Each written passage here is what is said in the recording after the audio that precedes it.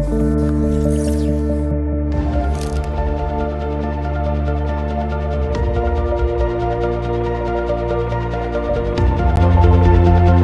à tous. Nous allons donc vous proposer une présentation du projet MedValley, donc un pôle d'innovation qui allie donc des chercheurs et des acteurs économiques dans 3 filières, la santé, l'environnement et l'agroécologie. C'est aussi une formidable réalisation qui va faire rayonner en Europe et dans le monde le savoir-faire et la recherche de ce territoire. Pour en parler, je vous propose tout de suite donc d'accueillir Monsieur Michael Delafosse, donc président de Montpellier Méditerranée Métropole, maire de la ville de Montpellier, Madame Inde Emad, donc vice-présidente de Montpellier Méditerranée Métropole, donc qui est déléguée au développement économique et numérique. Bonjour messieurs, prenez place. Également donc monsieur Thomas Leludec, qui est donc directeur du CHU de Montpellier. Madame Marie-Thérèse Mercier, conseillère régionale d'Occitanie, Pyrénées-Méditerranée, présidente de la commission formation professionnelle. François Pierrot, vice-président donc innovation de l'Université de Montpellier. Donc, et pour animer ces échanges, Étienne Gernel, le directeur du Point. Voilà, Étienne. Et donc, nous allons aborder, Étienne, avec nos invités, avant d'avoir un pitch des 3 filières dans une petite demi-heure, mais peut-être une première présentation de MedValley. Un petit tour de table rapide. MedValley, j'ai envie de commencer par vous, Michael Delafosse. MedValley, qu'est-ce que c'est et pourquoi c'est excitant? Moi, j'ai cru comprendre que c'était très important pour la métropole, pour Montpellier et la métropole. C'est un enjeu très important, mais que c'est aussi un enjeu qui dépasse l'enjeu métropolitain, qui est un enjeu national, parce qu'on a bien vu pendant la pandémie que des écosystèmes de santé, ça joue un rôle. Et que pour la France, c'est très important d'arriver à développer des écosystèmes de santé performants et compétitifs au niveau mondial.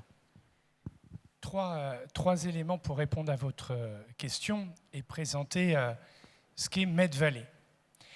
D'abord, je l'ai dit en introduction, quand vous êtes le maire d'une ville qui a la plus ancienne faculté de médecine du monde, vous avez un atout incroyable. Je l'ai dit au président de la République quand il m'a reçu pour la première fois, il ne le savait pas. Et le président de la République n'est pas un homme qui manque de culture. Mais donc il nous manque de le raconter, cette histoire. On a le plus ancien jardin botanique, on a une grande tradition médicale, donc on a une histoire. On a des forces incroyables. Dans la crise Covid, il s'est passé plein de choses. Je laisserai M. Leludec là-dessus. On a des forces. Les Montpelliérains s'y sont habitués, mais quand même, on a une université, François Pierrot en parlera, qui pour la 4e ou 5e année consécutive se trouve 150e au classement de Shanghai. Et quand vous croisez des médecins, des professeurs, ils ont une bougeotte, une envie de créer des entreprises, d'innover, qu'on ne voyait pas il y a 20 ans. Il se passe quelque chose. Ça, c'est les forces. Une histoire, des forces en présence. Ensuite, il y a le positionnement de Montpellier. À Toulouse, ils savent faire des avions. Nous, on sait prendre soin des gens et accroître l'espérance de vie. C'est ça qu'il y a à Montpellier. C'est ça que les milliers d'agents du CHU font. C'est ça que les chercheurs dans nos universités mobilisent. Je ne dis pas qu'à Toulouse, ils ne font pas ça, ou à Marseille. Mais là, nous, on a un atout maître. Et puis on est confronté à quelque chose. Et je crois qu'il n'y a personne qui me désavouera. Il y a un signal d'alerte. Notre pays n'a pas obtenu de vaccin. Et donc, pendant la crise sanitaire, il y avait des forces, mais on était quand même un peu dépendant du reste de la planète. Et moi, je crois que la question de la souveraineté n'est pas un vain sujet. Et donc, Montpellier doit être un espace où on stimule toute l'innovation en matière médicale, sur les enjeux d'alimentation, sur les enjeux de soins, sur les enjeux d'environnement. Donc, une histoire, des forces en présence, et cette idée qu'on doit être l'espace géographique qui favorise cette innovation et qui nous permet finalement de surmonter nos faiblesses.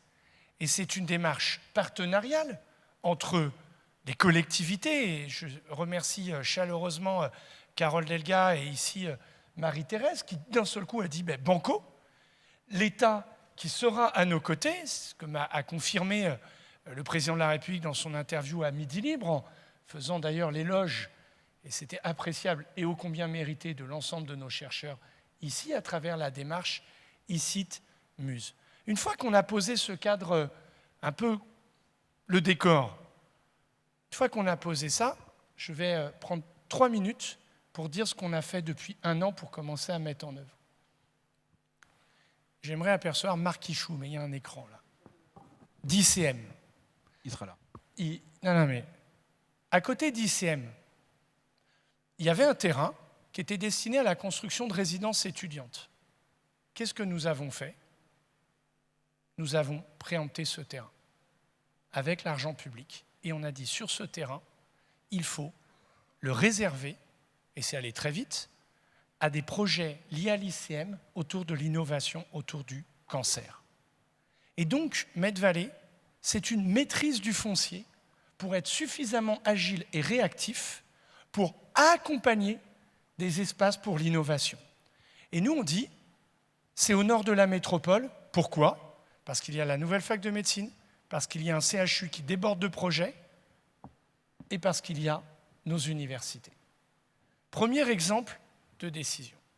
Tout à l'heure, Thomas Leludec, et je veux saluer ceux qui portent ce projet, Medixel va se développer dans l'emprise du CHU. Je vous laisserai, monsieur le directeur. Et nous avons appuyé ça. Et troisième point, aujourd'hui, en disant que nous, on est prêt à accompagner tous les porteurs de projets, à accompagner tous les transferts, de stimuler l'innovation, petit à petit, ça commence à s'entendre. Et donc, il y a des investisseurs, des entrepreneurs, des acteurs de la recherche qui disent « mais en fait, c'est à Montpellier que ça se passe ». Et on s'appelle Medvalley, parce que Méditerranée, parce que Vallée, parce que médecine. Et on va prochainement commencer à marketer tout ça, c'est-à-dire à le raconter, à le mettre en récit, pour être vu le plus loin possible. Et d'ailleurs, Futurapolis, l'année prochaine, on proposera d'associer à cette grande visibilité. Bref. Avec grand plaisir. Mais c'est pour ça que je lançais, en sachant que vous réagiriez très positivement. Avec comme objectif, c'est de dire qu'à Montpellier, on fédère tout le monde sur ce sujet, on se met au travail, on soutient notre recherche et on accompagne l'innovation. Et c'est à Montpellier que ça se passe. On ne dit pas contre les autres, mais on dit nous, ça, on sait faire. Et ça fait 800 ans.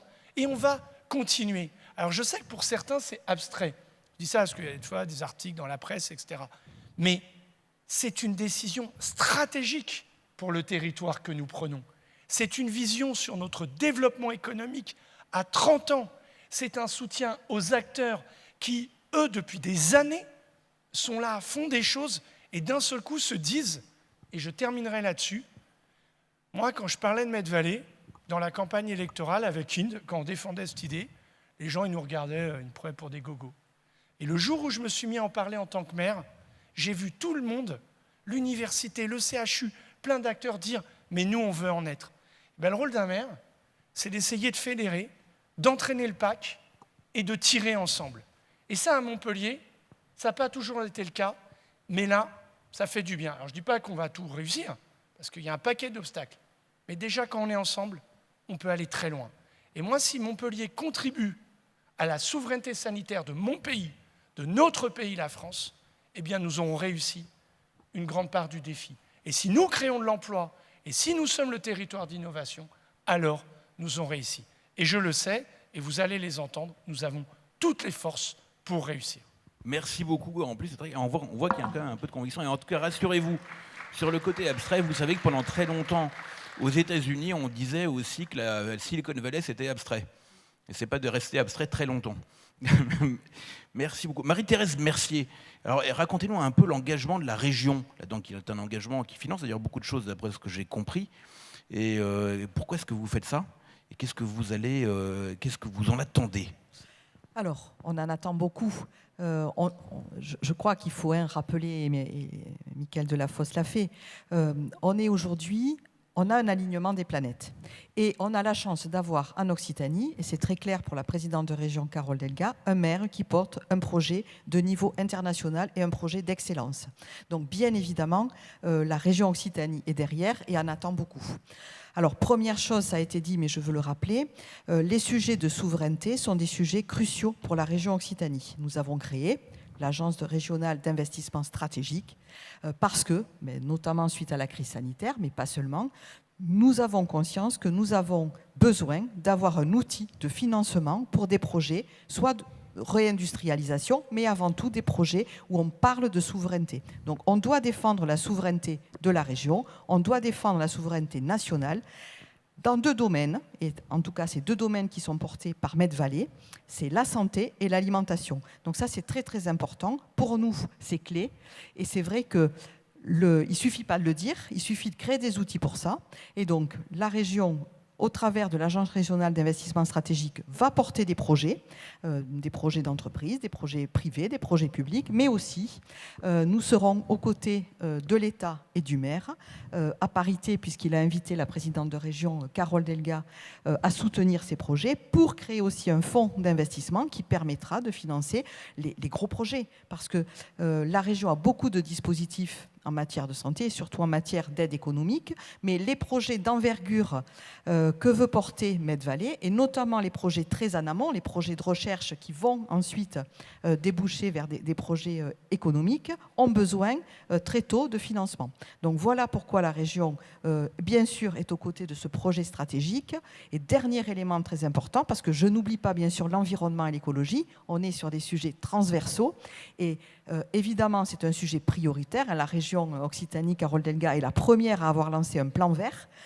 Évidemment, on a toujours été aux côtés des chercheurs montpelliérains, et notamment lors de la labellisation pour l'ICIT, dont on vient de parler, donc très important, le projet MUSE, avec des classements au niveau de Shanghai très importants, notamment en matière d'écologie, et François Pirot aura l'occasion d'y revenir. C'est très très important. Nous devons accompagner tous les projets qui vont vers la transition écologique, qui soutiennent, enfin qui protègent l'environnement.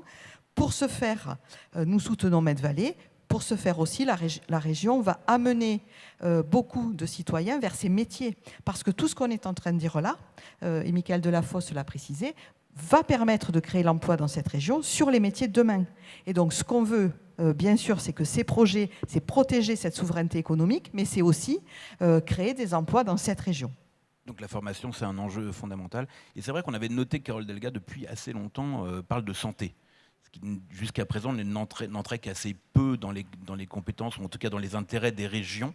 Et là, visiblement, elle en parle, on a entendu ça depuis un certain temps, depuis plusieurs années en réalité. À la fois parce qu'il y a des enjeux économiques, mais pas seulement, et je pense que ça a été dit par le vice-président, il y a vraiment un enjeu de santé. Et nous, on a un enjeu de santé. Pourquoi la présidente de région, juste 2 minutes, travaille aussi sur ces sujets, parce qu'on a un problème de déserts médicaux aussi. C'est-à-dire qu'on a bien sûr plein d'endroits. Ce qui va être traité évidemment là, pendant la. Exactement. On a quand même aussi des sujets de développement au travers de la santé, de projets ambitieux, d'innovation, mais aussi de déserts médicaux.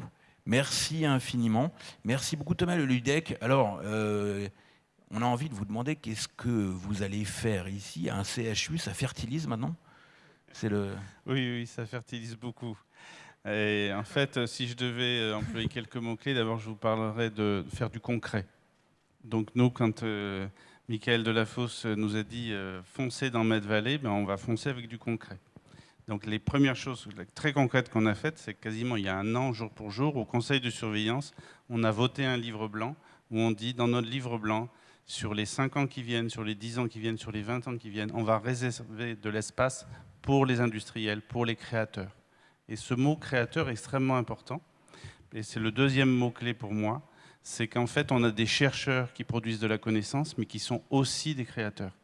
Et on veut les accompagner. On a un extracteur d'innovation que la région et que la métropole nous ont aidés à porter sur les fonds baptismaux depuis déjà pas mal d'années. Et on va plus loin puisqu'on veut qu'il soit de plus en plus régional. Cette création, elle nécessite de l'agilité. Et même si on est un mastodonte de 12 000 personnes, on sait être agile. Donc, octobre 2020, on vote ce livre blanc. il y a 48 heures, on a voté la dévolution d'un espace à l'intérieur de l'hôpital qui passe du domaine public à notre domaine privé hospitalier pour accueillir notre plateforme de biothérapie avec la société Medixel. Et il y a moins de 48 heures, il y a 24 heures, nous avons regardé le projet architectural qui est déjà prêt.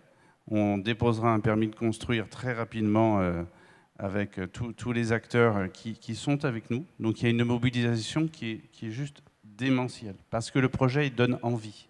Il y a de l'envie, c'est l'autre mot-clé.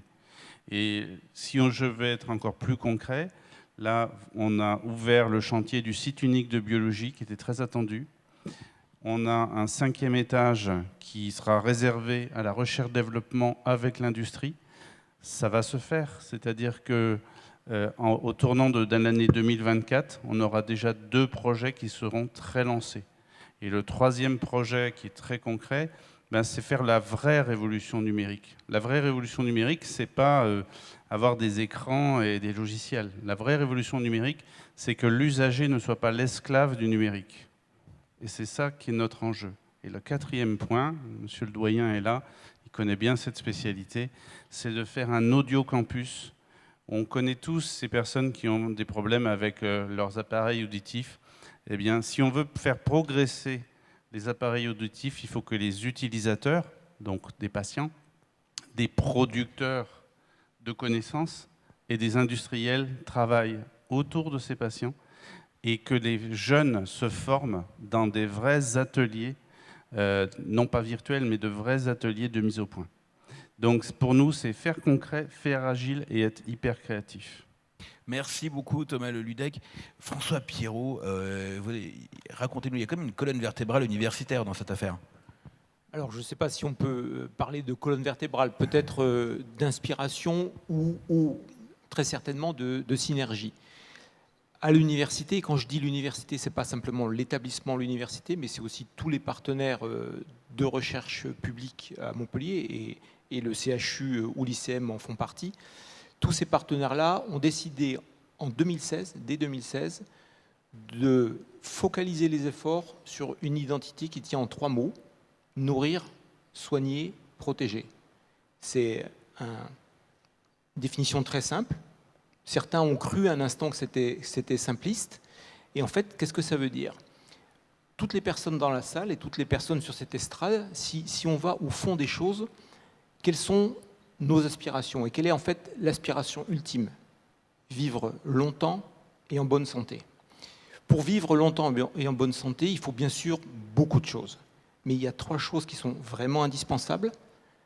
Avoir des soins de qualité, être nourri correctement et ne pas être agressé par un environnement parce qu'on l'a nous-mêmes détruit. Ces 3 enjeux-là se rencontrent complètement et font écho à Medvalet. Pendant les premières années de ce projet qui était au départ universitaire, on a eu du soutien de l'État, on a eu de très bonnes connexions à la région et moi je ne fais pas de politique ici, mais il a fallu qu'on attende l'arrivée de la nouvelle équipe et du projet Medvalet pour retrouver notre place dans la cité et se rendre compte qu'en fait, ce qu'on disait depuis l'université et les labos de recherche, ça avait un sens et ça pouvait être utile à la vie des gens. Et c'est vrai que c'est cette équipe-là qui a rendu ça possible. Alors, on dit université, on imagine souvent des gens qui produisent de la connaissance. Vous avez noté que je suis vice-président en charge de l'innovation, donc on ne fait pas que ça. Et l'enjeu et la raison vraiment de notre lien fort avec Medvalet, c'est de faire avec nos partenaires de la transformation de cette connaissance en produits, en services, en politique publique, afin qu'au bout, on améliore la vie des gens. Je vous donnerai un chiffre. En 5 ans, on a doublé le nombre d'entreprises qui sont installées sur nos campus. De la même manière que le CHU fait son extracteur d'innovation, ça se passe sur tous nos campus. Et c'est un enjeu clé pour nous. Il ne s'agit pas juste de produire de la connaissance ou de former les gens. Il faut qu'à la fin, ça serve. Et Medvalet, ça nous donne les outils, le moyen, ça favorise un écho fantastique pour faire que ça change dans la vie des gens. Donc dans la vie des gens qui sont dans cette salle, dans la vôtre, dans la nôtre, dans la mienne. Et donc c'est une chance formidable pour nous. On est enchantés de cette initiative de la métropole. Merci infiniment. Indemad, alors cette première partie de table ronde, c'est vous qui allez conclure. Vous êtes en charge de développement économique, d'innovation et de numérique. Et alors, qu'est-ce que ça représente en termes de développement économique? Alors, pardon. À la métropole, pardon, hein, vous êtes vice-présidente de la métropole. Pardon. Eh bien, c'est une démarche d'accompagnement, de soutien au développement économique du territoire, un soutien auprès des acteurs. Et Med-Vallée est vraiment un exemple typique de ce que peut faire une collectivité en réunissant les forces, que ce soit institutionnelles, universitaires, les acteurs économiques. Nous avons des grands groupes, un tissu de petites et moyennes entreprises qui tout de suite se sont inscrites dans ce projet, dont on est très fiers, évidemment, puisqu'il fait sens, compte tenu du contexte dans lequel on est. La métropole, en fait, accompagne des filières stratégiques telles que le numérique, et donc on va venir doper c'est tout ce qu'a présenté Monsieur le maire en termes d'histoire dans le domaine de la santé. Donc avec le numérique, doper les sujets liés à l'environnement et la santé globale, créer des ponts entre des filières historiques que sont l'alimentation, l'environnement, pour vraiment, quand vous parliez de Silicon Valley, finalement, que d'ici quelques années, eh bien, ce soit Montpellier qui soit cité en référence dans le monde dans ces domaines-là, tout en gardant à l'esprit évidemment cette question de la sobriété, c'est-à-dire comment amener plus de bien-être, mais tout en préservant l'environnement. Le tout digital, ça a ses limites également. Donc conscient avec l'ensemble des acteurs, nous sommes là pour effectivement soutenir, dynamiser et amener le plus loin possible ce territoire en termes d'économie et de bien-être auprès des habitants. Merci beaucoup, Hélène. Merci beaucoup effectivement pour cette première partie. Alors ce que maintenant nous vous proposons, c'est un focus sur donc chacune de ces filières sous forme de pitch. Alors pour la filière santé, donc je vais appeler à nous rejoindre donc Marc Ichou, directeur de l'ICM, et Karine Chaureau, donc qui est la dirigeante de Faustine. Et donc nous aurons une présentation. Alors vraiment un pitch qui va être très encadré. Bonjour Monsieur Ichou. Bonjour, donc bienvenue. vous avez 4 minutes et Madame Chaureau, vous avez 2 minutes. Donc pour nous présenter cette filière santé. C'est parti. Alors je commence. Bonjour à tous. Donc Med-Vallée. Med-Vallée, c'est au départ un concept lancé par notre président maire. C'est un concept, c'est pas un slogan. Vous savez que les politiques parfois lancent des slogans comme ça, pas à Montpellier, hein, mais ça arrive. Mais là, c'est pas un slogan. Pourquoi? Parce que derrière ce concept, il y a des acteurs, il y a tout un terreau favorable à ce concept. Alors moi, je vais parler surtout de la cancérologie, parce que je dirige l'Institut du cancer de Montpellier, et je vais parler du terreau cancérologique, de recherche et de soins. Et ce terreau, il existe depuis presque 10 ans, puisqu'on est un des 8 sites en France qui a obtenu le label CIRIC, site de recherche intégré en cancérologie. C'est déjà un concept, c'est la recherche qui est intégrée. On le partage avec les équipes de cancérologie du CHU de Montpellier, des universités, de l'INSERM, du CNRS. Et donc on a déjà ces forces-là, vives, reconnues par un jury international à 2 reprises. Et on est dans notre 2e mandat. Et sur ce terreau en cancérologie, vous savez que la problématique, c'est d'accélérer le transfert de la connaissance, parce qu'on a des scientifiques de très haut niveau. On découvre des nouvelles cibles pour des traitements, mais il y a encore beaucoup trop de temps et de délai entre ces découvertes et l'application vers nos patients. Et on est très impatients, parce que nos malades attendent souvent des années avant qu'un nouveau traitement émerge. Et donc un des buts de Med-Vallée, c'est d'accélérer ce transfert de la connaissance au lit du patient. Et pour ça, il faut une conjonction qu'on a ici, avec de la recherche, avec de la médecine et des soignants et des médecins qui sont aussi dans les laboratoires de recherche. Et c'est ce qu'on a dans ce CIRIC et sur le campus de l'ICM de l'Institut du cancer de Montpellier. Et il nous faut maintenant en plus des investisseurs, et il nous faut des start-up, et il nous faut des industries, des biotech qui vont développer ces nouveaux traitements, ces nouveaux biomarqueurs pour les mettre le plus vite possible à disposition des malades et des médecins. Et donc sur ce site et donc notre campus, eh bien, la métropole, dans un premier temps, a investi sur du foncier, parce qu'il faut du foncier pour attirer et créer cet écosystème favorable à la venue des investisseurs, des entreprises, des startups. Donc on l'a sur le campus avec un terrain de 12 000 m² qui ferme le campus Val-d'Orel. Et là-dessus, on va commencer à y installer un CTIO, c'est un centre de transfert et d'innovation en oncologie. C'est quoi? C'est un bâtiment où on va être réunis toutes les forces cliniques, de plateformes, de recherche et de start-up pour accélérer justement ce transfert de la connaissance scientifique au lit du malade. Et puis, on espère par cet écosystème, cette proximité avec la médecine, avec le soin, avec la recherche clinique, avec la recherche fondamentale, d'attirer de plus en plus des biotech, des start-up, des entreprises qui vont s'emparer des créations de nos chercheurs pour les amener à une valorisation et pour les amener à un modèle à la fois de traitement et un modèle économique. Et là aussi, c'est de la création d'emplois. Et il faut vraiment considérer que la santé n'est pas forcément un coût, mais c'est aussi un développement économique. Et je pense que Montpellier a des atouts énormes pour devenir un des sites, ce qu'on appelle en anglais, désolé, ce n'est pas pour le Covid, mais un cluster, un life science cluster, c'est un cluster de compétences pour être parmi la compétition internationale dans ce domaine. Et je crois que je vais terminer là-dessus. Merci et bravo. Merci. On vous applaudit. Karine Choros, c'est à vous donc pour 2 minutes sur la santé. Donc moi, je suis l'exemple d'une entreprise qui s'est emparée de cet écosystème. Donc Faustine Thérapeutique, nous développons des petites molécules anticancéreuses qui ont le nom barbare d'inhibiteurs de N-glycosylation. Tout ça pour vous dire que c'est une nouvelle classe pharmacologique. C'est donc des molécules qui agissent avec un mécanisme d'action qui est totalement innovant et qui n'est absolument pas exploité encore aujourd'hui par l'industrie pharmaceutique. Ce qui veut dire que la première fois que cette molécule sera administrée à un patient, ce sera une première mondiale. Et cette première fois, c'est bientôt, et c'est à Montpellier, à l'Institut du cancer de Montpellier. Alors très brièvement, nous, on est un pur produit Medvalley. On est né en fait d'une discussion de chercheurs du pôle chimie, il y a à peu près 15 ans, et de l'Institut des neurosciences de Montpellier. Des chimistes et des biologistes qui ont voulu développer un traitement.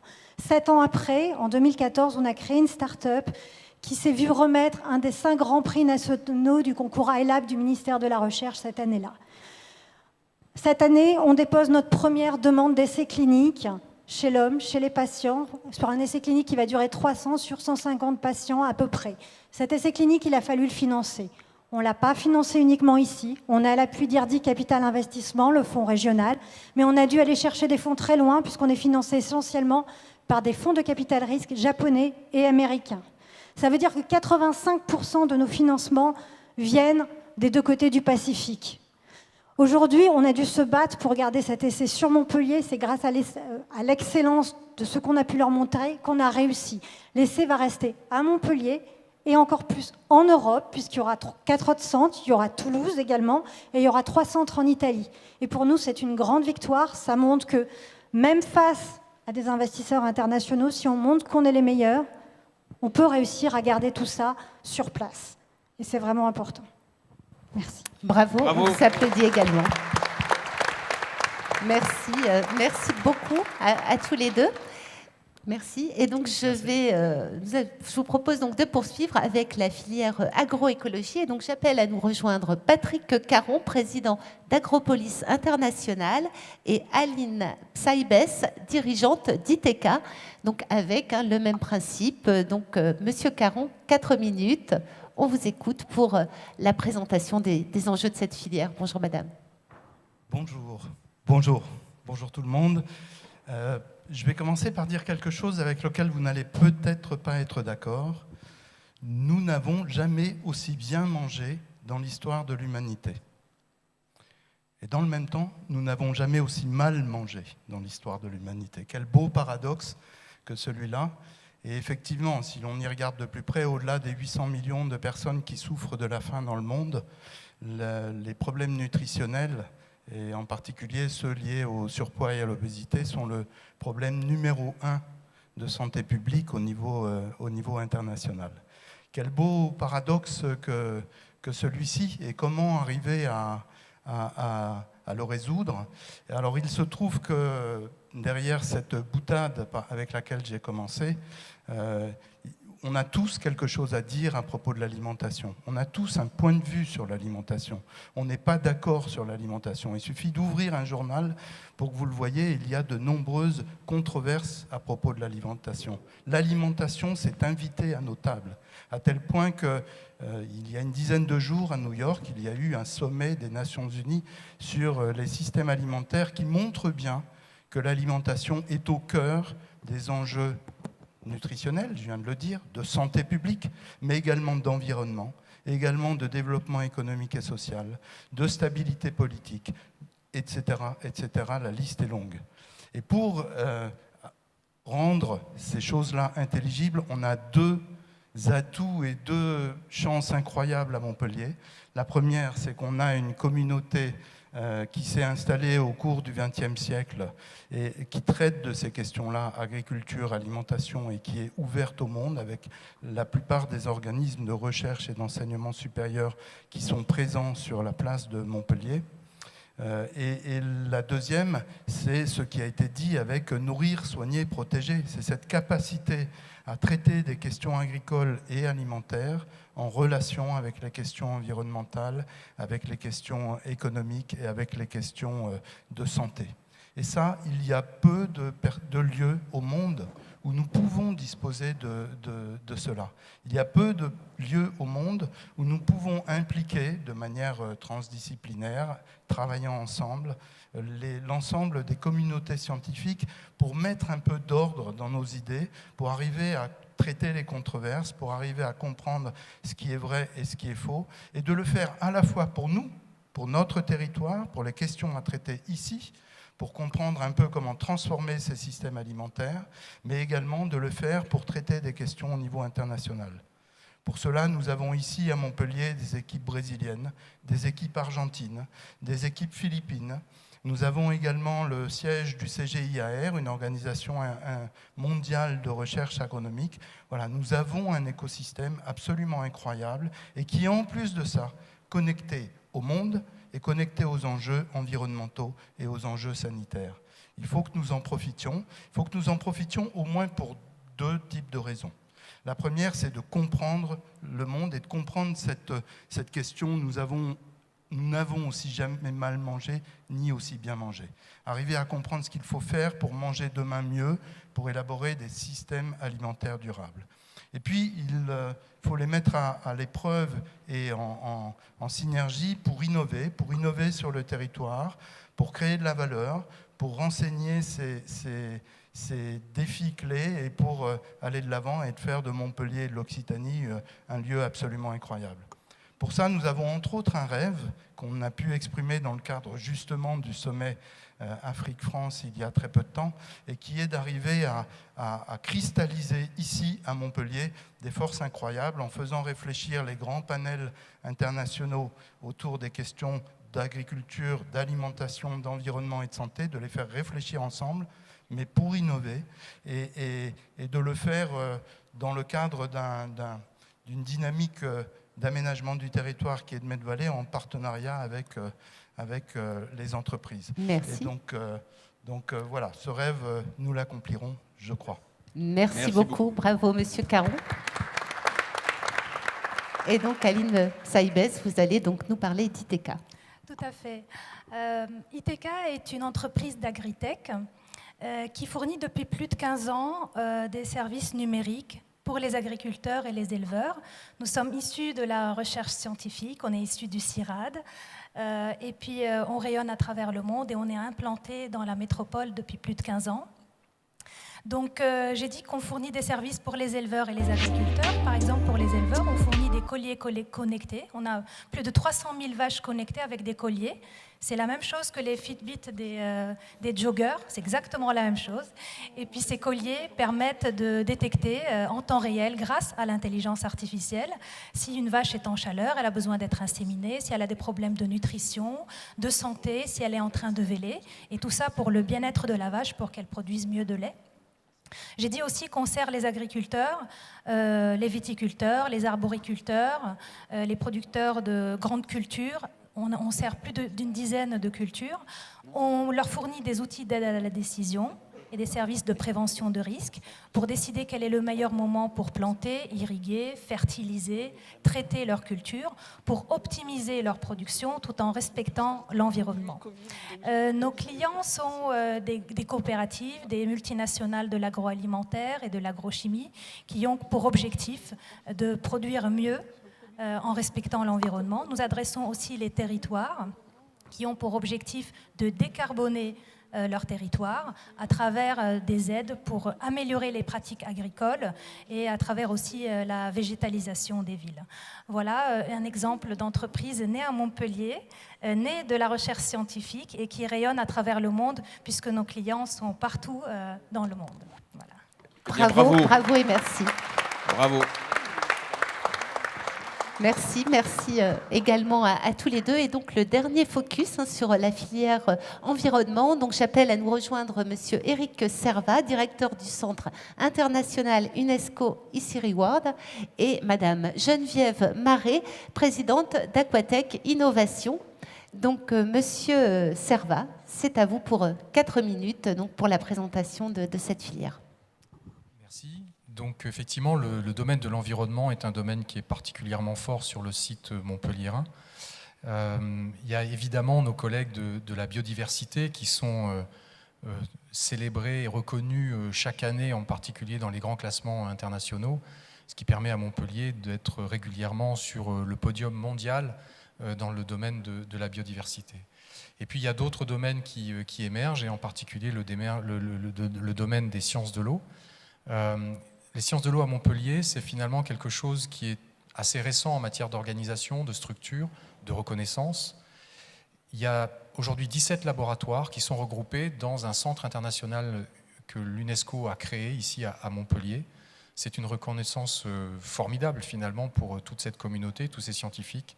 400 scientifiques, près de 150 doctorants dans nos laboratoires, et nous travaillons pratiquement dans le monde entier. Nous avons des partenariats évidemment en Europe, en Amérique, mais je voudrais faire juste un petit clin d'œil à ce qui s'est passé ici la semaine dernière, c'est-à-dire le nouveau sommet Afrique-France. Et donc nous avons aussi de très nombreux partenariats sur le continent africain et sur le bassin méditerranéen. Donc une recherche dans le domaine de l'eau, qui est une recherche de qualité, reconnue maintenant au niveau international, et qui travaille et essaime dans le monde entier. Donc pour nous, cette reconnaissance, elle est formidable. Et c'est d'autant plus important que le domaine de l'eau, c'est un domaine qui impacte chacun d'entre nous au quotidien. Du matin jusqu'au soir, finalement, l'eau vous accompagne dans toutes vos activités, à titre domestique, mais aussi à titre économique, à titre industriel.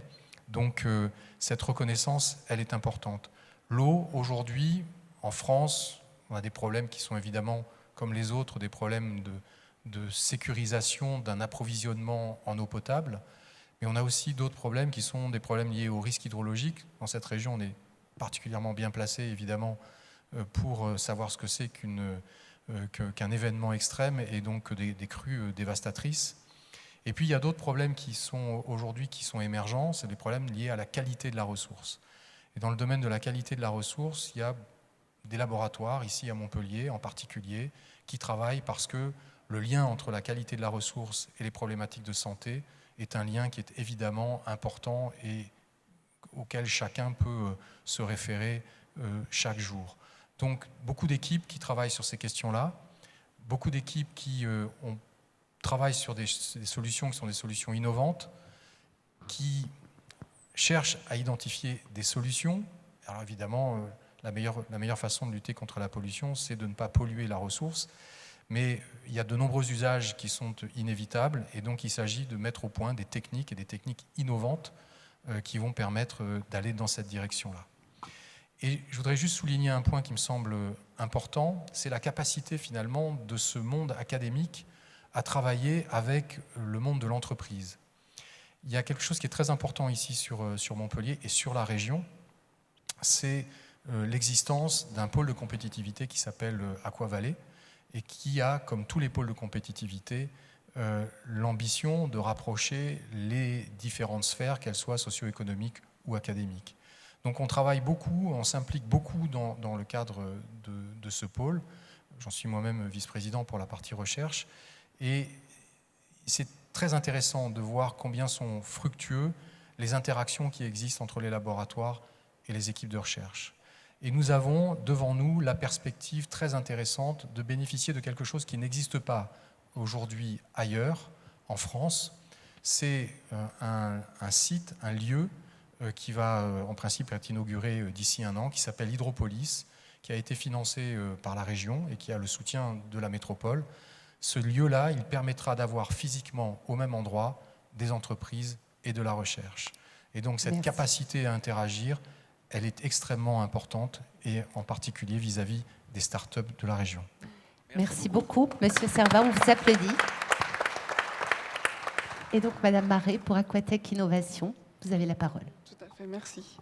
En effet, Aquatech est une start-up de la Green Tech. Nous sommes implantés à Montpellier, nouvellement créés depuis juste 2018. Nous sommes incubés au BIC de Montpellier et membres du pôle Aquavalley, justement, y compris du pôle mer Méditerranée qui représente notre sujet. Alors nous, notre engagement est de préserver la ressource en eau. Pour ça, nous avons 2 réponses.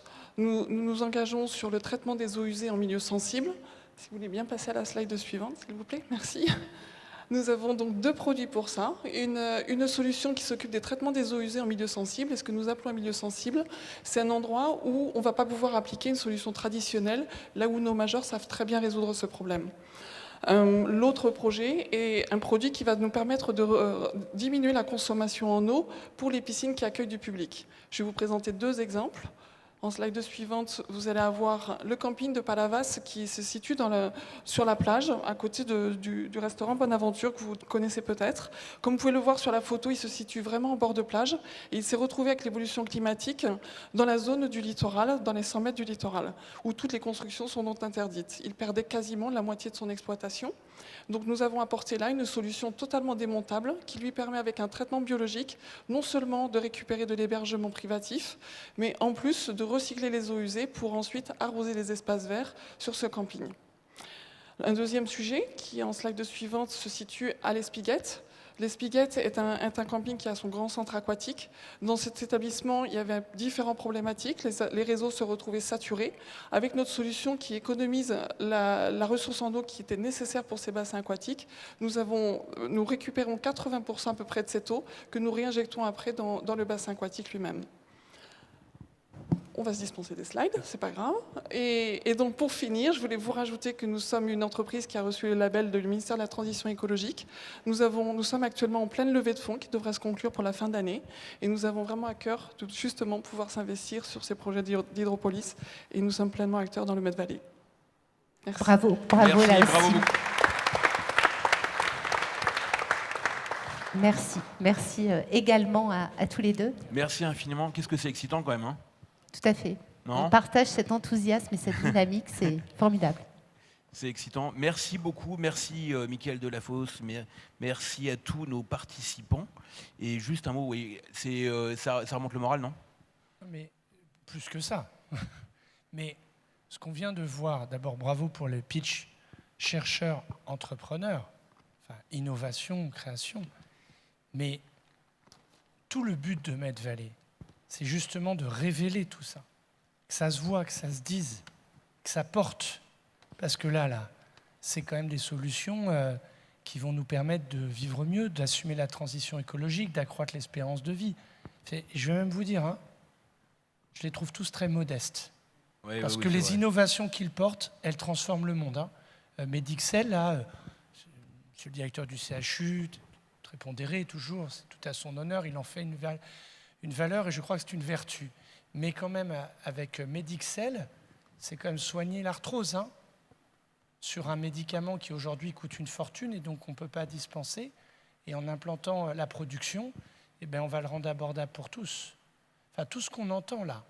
Et donc l'idée, c'est d'être de plus en plus attractif et de stimuler, de montrer et de devenir un de ces territoires. Voilà, c'est ça la souveraineté sanitaire. C'est ça les solutions de demain. Dans l'environnement, dans la santé, dans l'alimentation. François, Patrick, vous êtes quand même parmi les meilleurs mondiaux. Hein. C'est ce qu'on fait en agronomie ici, c'est le top 1 au niveau mondial. Et avec beaucoup de pudeur, nos chercheurs disent mais non, mais c'est normal. Et il faut qu'on le dise et qu'on en soit conscient. Et c'est ce que moi je demande aux Montpelliérains, aux habitants de la métropole comme Carole, aux habitants d'Occitanie, il faut qu'on les soutienne. Et j'ai même envie de vous dire, c'est comme à la fois financièrement, mais je veux nous le dire. Il faut le dire ici qu'on a parmi les meilleurs chercheurs. Il faut qu'on défende la recherche. Il faut qu'on défende la science. Il faut qu'elle ait des moyens publics. Il faut qu'on parle d'eux en bien. Ce qu'ils ont fait, ce que François, avec Patrick, vous avez fait sur le sommet Afrique-France, mais ça a été un accélérateur de coopération qui va avoir des conséquences immédiates sur le continent africain. Bref, on a tout pour réussir. Tout. Merci infiniment. Marie-Thérèse, juste un mot de fin, ça donne le moral aussi. Même question. Ça donne le moral, mais je dirais presque qu'on l'avait déjà. Simplement, je pense que c'est un accélérateur. Les entreprises et les chercheurs, ils étaient là, mais simplement, ils vont être mis en avant et ça va être un catalyseur et un phare pour la région d'Occitanie. Et ça, c'est très, très important parce que ça va vraiment démultiplier l'action, bien sûr, des chercheurs et des entreprises. Merci beaucoup. On peut les applaudir. Absolument. Bravo. On est excités. Merci beaucoup à vous. Et donc, je propose qu'on se retrouve dans quelques minutes pour aborder là aussi un sujet majeur, et donc, qui est une nouvelle victoire contre le cancer du sein. Donc, je vous dis à tout de suite. Merci à vous.